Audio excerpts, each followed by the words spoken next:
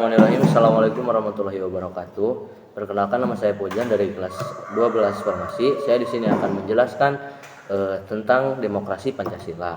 Nah, jadi demokrasi Pancasila adalah sebuah konsep demokrasi yang memiliki landasan nilai dalam Pancasila, yaitu dasar negara Indonesia. Konsep demokrasi Pancasila merujuk pada sistem politik yang ditetapkan di Indonesia, di mana demokrasi dijalankan berdasarkan prinsip-prinsip dan nilai Pancasila. Pancasila adalah dasar negara Indonesia yang terdiri dari 5 sila, yaitu ketuhanan yang Maha Esa, kemanusiaan yang adil dan beradab, persatuan Indonesia, dan kerakyatan yang dipimpin oleh hikmah kebijaksanaan dalam permusyawaratan perwakilan sosial bagi seluruh rakyat Indonesia. Nah, jadi demokrasi Pancasila mengacu pada prinsip-prinsip demokrasi yang diintegrasikan dengan nilai-nilai Pancasila tersebut. Nah, dalam konteks demokrasi Pancasila, kedaulatan rakyat adalah prinsip utama yang dijunjung tinggi. Prinsip menegaskan bahwa kekuasaan politik berada di tangan rakyat dan rakyat memiliki hak untuk memilih pemimpin mereka melalui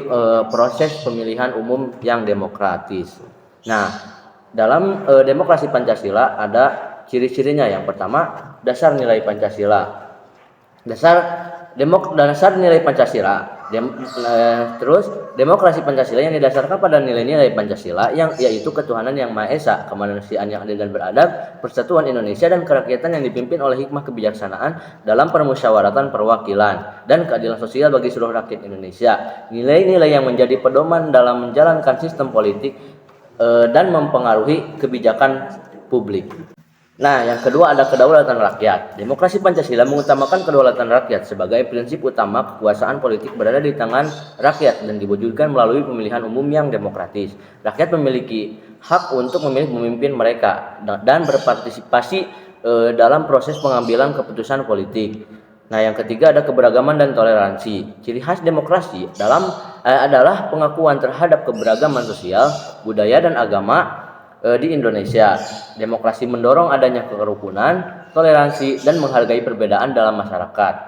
Nah, hal ini tercantum dalam prinsip persatuan Indonesia dalam Pancasila.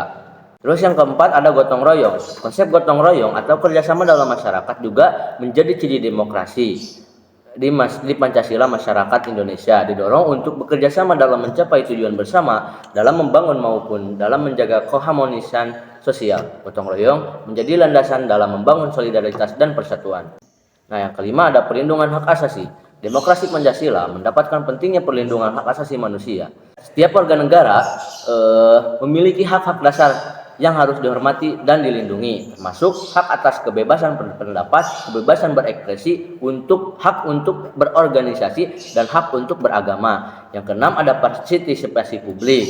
Nah, partisipasi publik ini mendorong partisipasi aktif masyarakat dalam masyarakat politik dan pengambilan keputusan. Nah, itulah ciri-ciri demokrasi Pancasila. Yang kedua ada aspek demokrasi Pancasila. Yang pertama ada kedaulatan rakyat. Yang kedua ada kekuasaan tersebar atau checks and balance. Yang ketiga ada partisipasi publik. Dan yang keempat ada pelindungan hak asasi manusia. Terus dalam demokrasi Pancasila juga ada prinsip demokrasi Pancasila. Yang pertama ada kedaulatan rakyat, yang kedua ada kemanusiaan yang adil dan beradab, yang ketiga ada persatuan Indonesia, keempat ada kerakyatan yang dipimpin oleh hikmah kebijaksanaan dalam permusyawaratan perwakilan, dan yang kelima ada keadilan sosial bagi seluruh rakyat Indonesia. Nah, itulah prinsip-prinsip demokrasi Pancasila. Lalu berikut ada penerapan demokrasi Pancasila. Yang pertama ada pemilihan umum. Nah, salah satu aspek penting dalam demokrasi Pancasila adalah pemilihan umum yang demokratis. Pemilihan umum di Indonesia dilakukan secara berkala untuk memilih anggota parlemen, presiden, gubernur, bupati, atau wali kota, dan tingkat pemerintahan lainnya. Ini memberikan kesempatan kepada rakyat untuk berpartisipasi dalam proses politik dan menentukan pemimpin mereka. Yang kedua ada sistem ketatanegaraan. Nah, sistem politik Indonesia didasarkan pada prinsip demokrasi Pancasila. Negara Indonesia merupakan negara demokrasi yang berdasarkan atas kedaulatan rakyat. Pemerintahan dijalankan berdasarkan prinsip-prinsip pembagian kekuasaan antara lembaga legislatif, eksekutif, dan yudikatif.